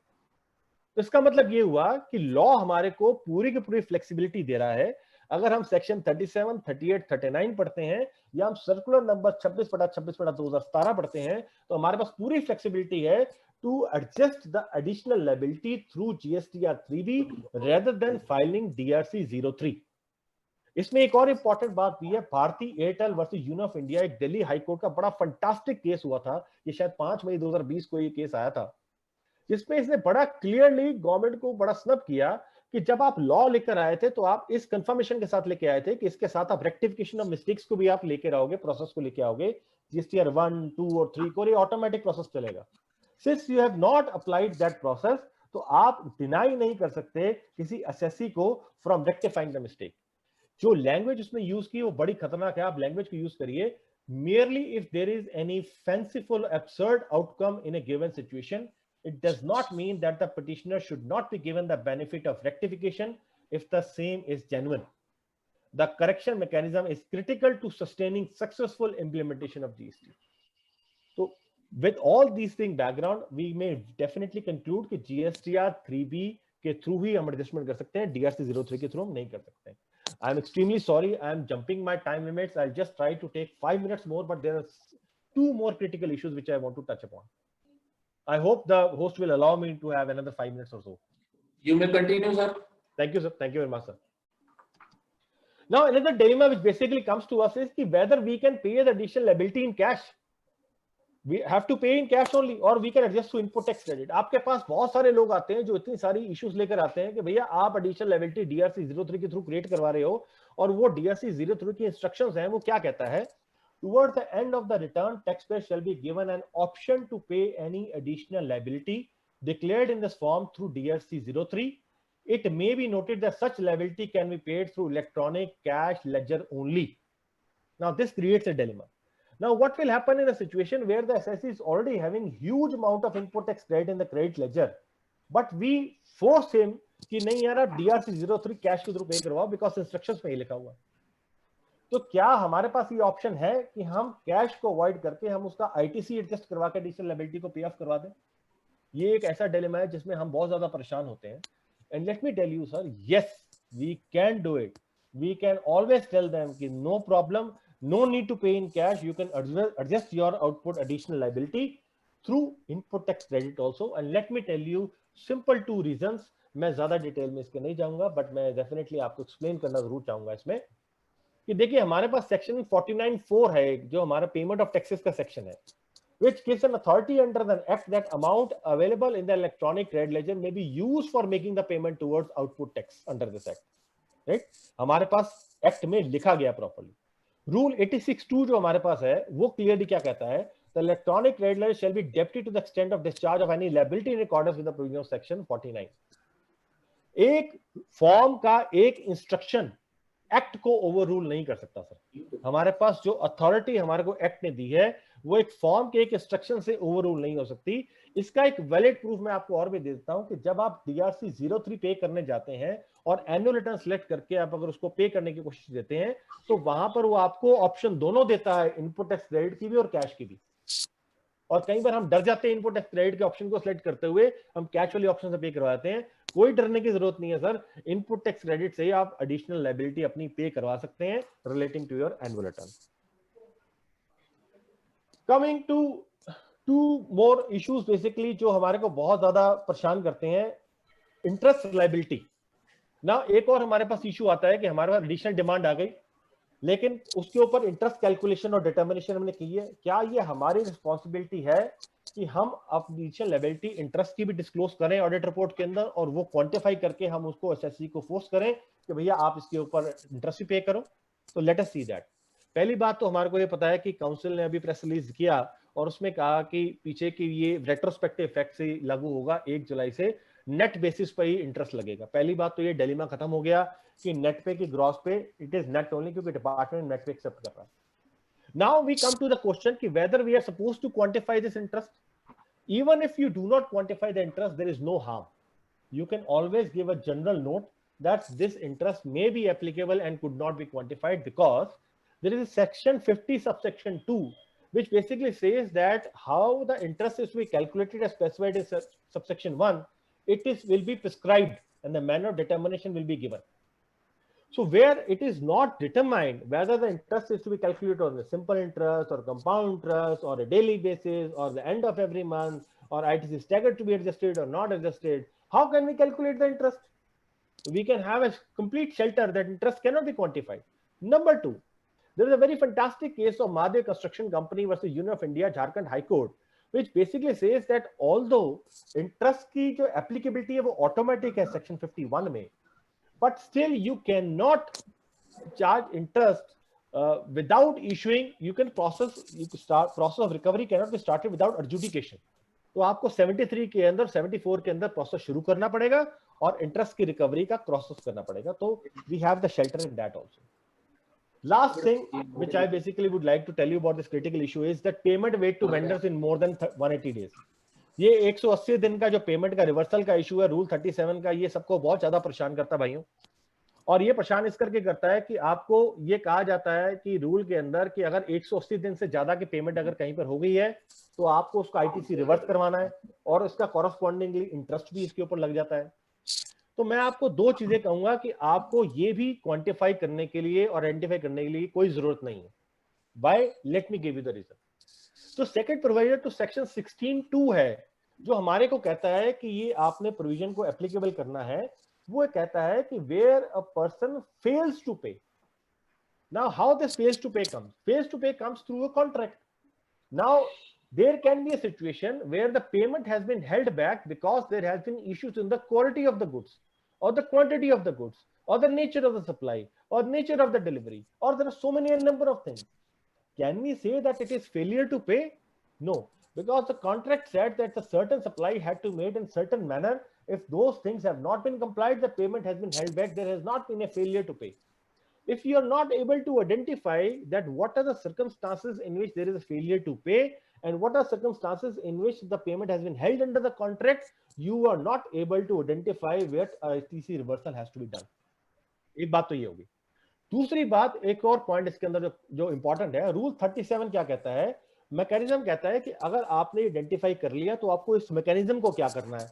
आपको mechanism के लिए वो कहता है कि shell furnish the details of such supply, the amount of value not paid and the amount of import tax credit availed of proportionate to such amount not paid to the supplier in form GSTR 2 for the month immediate following the period. जब GSTR 2 ही अबेंस में है तो rule 37 कैसे applicable हो जाएगा?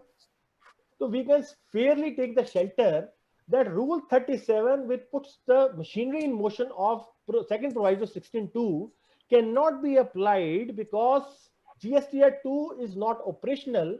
Hence, rule 37 cannot be applied. So we have sufficient shelter in this case also that even if reversal of ITC in case of payment of vendors more than 180 days is not done, no problem at all.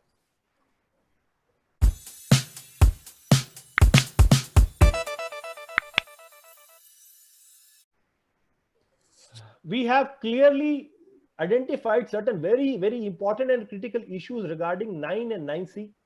There are certain things about reporting and certifications which are not very important. I would not run through this. I would just like to tell you that you have to have your professional judgment. Wherever you feel that certain things have to be reported, mandated with additional liability, you have to take this, considering the fact कि आपकी materiality कितनी है, risk appetite of the client कितना है, आपके पास judicial और legal backing कितनी है, because as I've told you in the start, it is a GST audit where there is an authority of a reconciliation and responsibility of an audit. And certification किस तरीके की है, मैं अभी आपको ज़्यादा उस तरीके से नहीं जाऊँगा. And we are also running beyond the time. I've taken 9 minutes more than what was allowed to me. So this is all I had to say about GST and 9 and 9C. I'm just running through this certification part, which I believe that you are much more well versed with how the audit is to be done, certification is to be done. So I will not be discussing that. But this is very important. Last slide जो हमारी management representation letter की है कि whenever you take this GST audit, you should make sure that there are so many assumptions on the basis of which you are concluding your GSTR audit. So please take a proper management representation letter in which everything should be specified on the basis of which you are taking an opinion and a stand on GST audit. This letter is very, very important, and this you should always take. So last thing which I would like to say is that, you know, there is always a different perspective to looking at the things. With my little knowledge and with my humble opinion, whatever I could explain and whatever I could put forward, I have put forward that. There is a different perspective. You know, some people can look at it as 9, some people can look at it as 6. You know, but I do respect anybody else holding a different opinion. But, you know, this is the process. It is only 3 years this GST law has started and the law is evolving. Judgments have to come up and we have to see how things will take shape.